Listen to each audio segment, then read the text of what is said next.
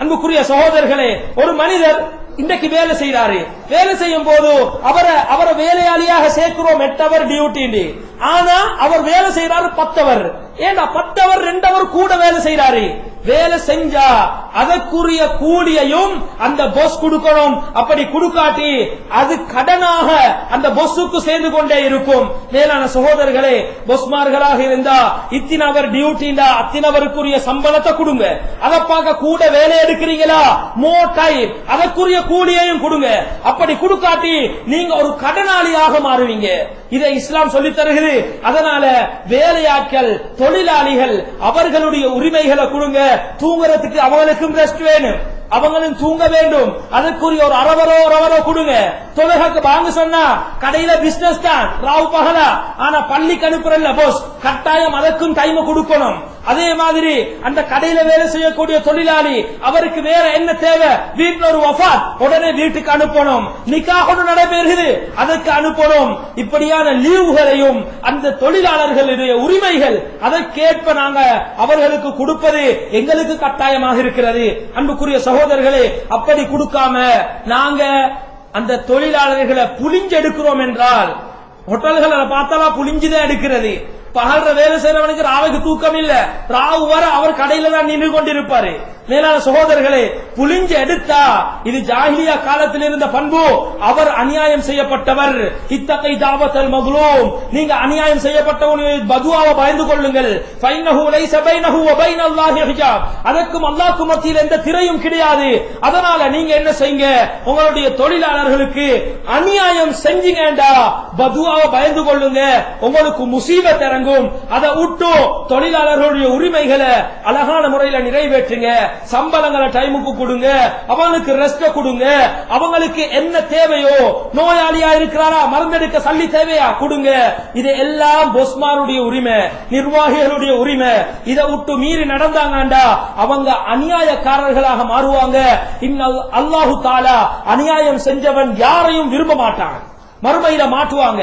மேலான சகோதரர்களே, நாங்க இதில் எல்லாம் மிச்சம் கேர்ஃபுல்லாக இருக்கிறோம். அடுத்த இன்னொரு விடயம் தான் அபூ தர்தா ரலியல்லாஹு அன்ஹு அவங்கள பார்த்து ஸல்லல்லாஹு அலைஹி வஸல்லம் சொல்றாங்க, யா அபூ தர்தா இன்ன லஜஸதக அலைக ஹக்கன் வ லிரப்பிக அலைக ஹக்கன் வ லிஅஹ்லிக அலைக ஹக்கன் வ ஆதி குல்லி தி ஹக்கின் ஹக்கா.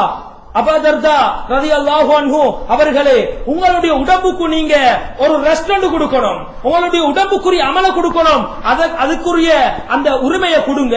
உங்களுடைய குடும்பத்துக்கு நீங்க டைம் கொடுக்கணும், அந்த உரிமையை கொடுங்க. நீங்க உங்களுடைய ரப்புக்கு ஒரு டைம் கொடுக்கணும், அந்த உரிமையை ரப்புக்கு கொடுங்க.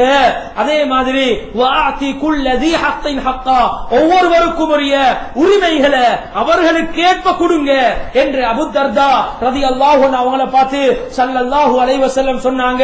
உரிமைகள் தொழிலாளர்கள் இருப்பாங்க, அவங்கள்ட்ட புளிஞ்செடுக்கிறதல்ல, உரிமைகளையும் கொடுக்கணும்.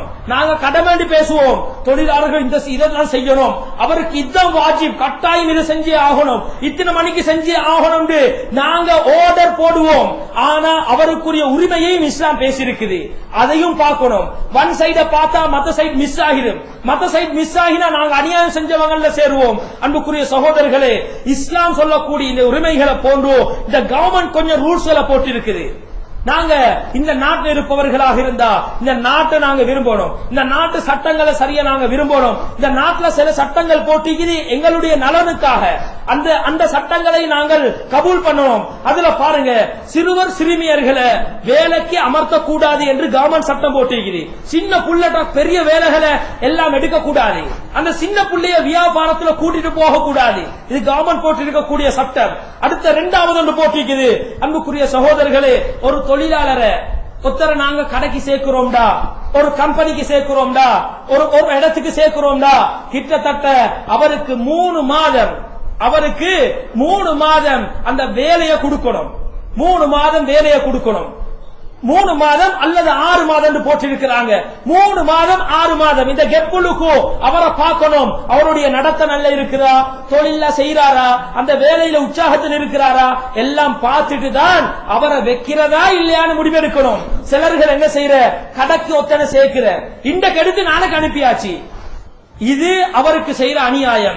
ஆனா கவர்மெண்ட் போட்டிருக்கக்கூடிய ரூல்ஸ், அவரை பாருங்க 3 மாசம் 6 மாசம் அவரை சேர்க்கும் போதே சொல்லுங்க, உங்களை 3 மாசம் பார்ப்போம், நீங்க வேலை செஞ்சீங்கன்னா உங்களை நாங்க வச்சுக்குவோம், வேலை செய்யாட்டி உங்களை அனுப்பிடுவோம். இது ஆரம்பத்தில் இந்த கண்டிஷனை போட்டு சேர்க்கணும் என்று கவர்மெண்ட் சட்டம் சொல்லுது.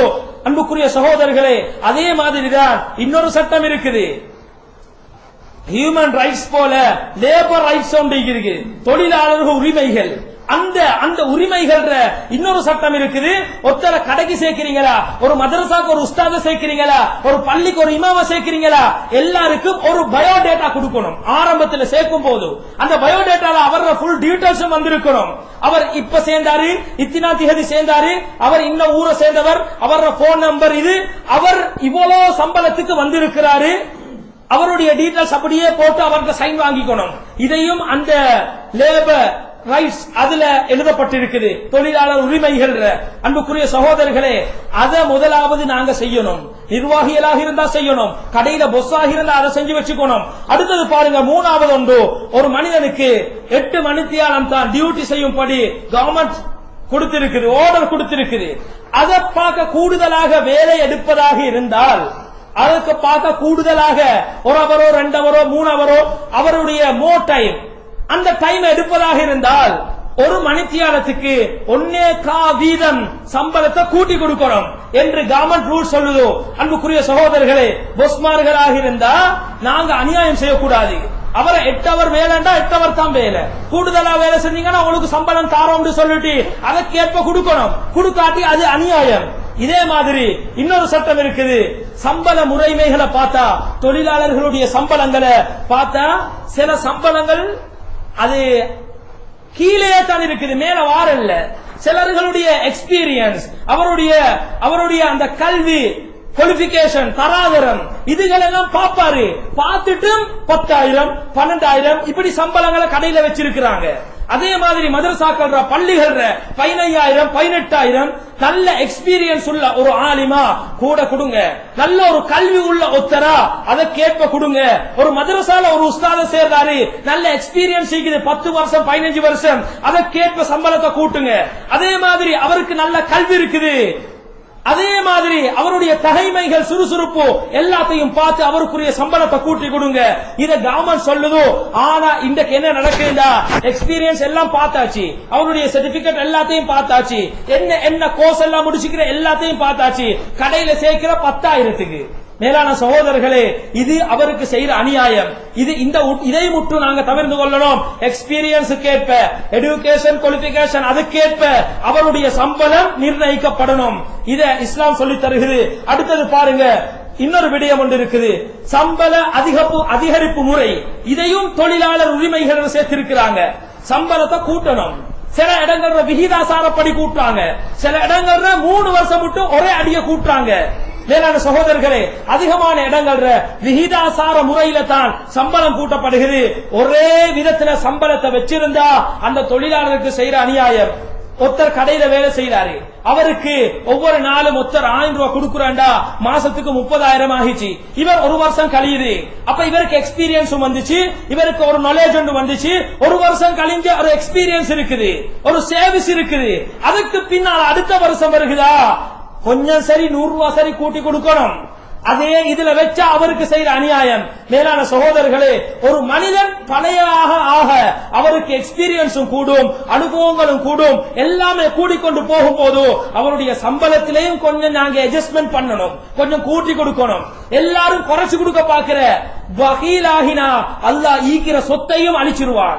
யாரு கஞ்சத்தனப்படுகிறானோ அல்லாஹ் ஈக்கிற சொத்து எல்லாத்தையும் அழிச்சு அந்த பொஸ்ஸ இன்னொருத்தனுக்கு கீழே வேலையாளியாக அல்லாஹ் மாத்துவார். மேலான சகோதரர்களே, இதை விட்டு நாங்க பொஸ்மார்களாக இருந்தா, எங்களுக்கு கீழே வேலை செய்யற நிர்வாகிகளாக இருந்தா, எங்களுக்கு கீழே வேலை செய்யற இமாம்கள், முஅத்தின்மார், ஆசிரியர்கள், இவர்களுக்கு எல்லாம் தகுந்த சம்பளங்களை கொடுக்கணும். அடுத்த இன்னொரு விடயம் இருக்குது. 1980ஆம் ஆண்டு 96ஆம் இலக்க சட்டப்படி போட்டிருக்கக்கூடிய கவர்மெண்ட் போட்டிருக்கக்கூடிய ஒன்றுதான் ETF. EPF ஒன்று இருக்குது, ETF ஒன்று இருக்குது. ETF 1980ஆம் ஆண்டு கவர்மெண்ட் போட்ட ரூல்ஸ்ல இருக்குது. ETF இதுதான் தொழிலாளர் நம்பிக்கை நிதி என்று சொல்லக்கூடிய ஒன்று. ETF ஒரு மனிதர் கடையில கட்டாயம் செய்யணும். போஸ் தனதுக்கு கீழே வேலை செய்யறவனுக்கு போடணும், பள்ளியில வேலை செய்யற இமாமுக்கு போடணும், அதே மாதிரி மதரசாக்கள் போடணும். அன்புக்குரிய சகோதரர்களே, கவர்மெண்ட் போட்டிருக்கக்கூடிய ரூல்ஸ் எல்லா இடத்திலும் வந்து செக் பண்றாங்க. இப்ப நாங்க அதை மீறினோம்டா நாங்க இந்த நாட்டில் இருக்கக்கூடிய சட்டத்தை மதிக்கலன்னு தான் அவங்க எங்களுக்கு சீல் பண்ணுவாங்க. அதனால ETF ஒவ்வொரு பொஸ்மாரும் தனக்கு கீழே வேலை செய்யற தொழிலாளர்களுடைய உரிமைகள் அதற்கு கீழால அதை கொண்டு வரணும். அதே மாதிரி அந்த ETF ஒவ்வொரு தொழிலாளர்களும் 5 வருஷத்துக்கு ஒருக்க எடுக்கணும். 5 வருஷம் சேர்ந்துச்சுன்னா அதுக்கு பின்னால எடுக்கணும்.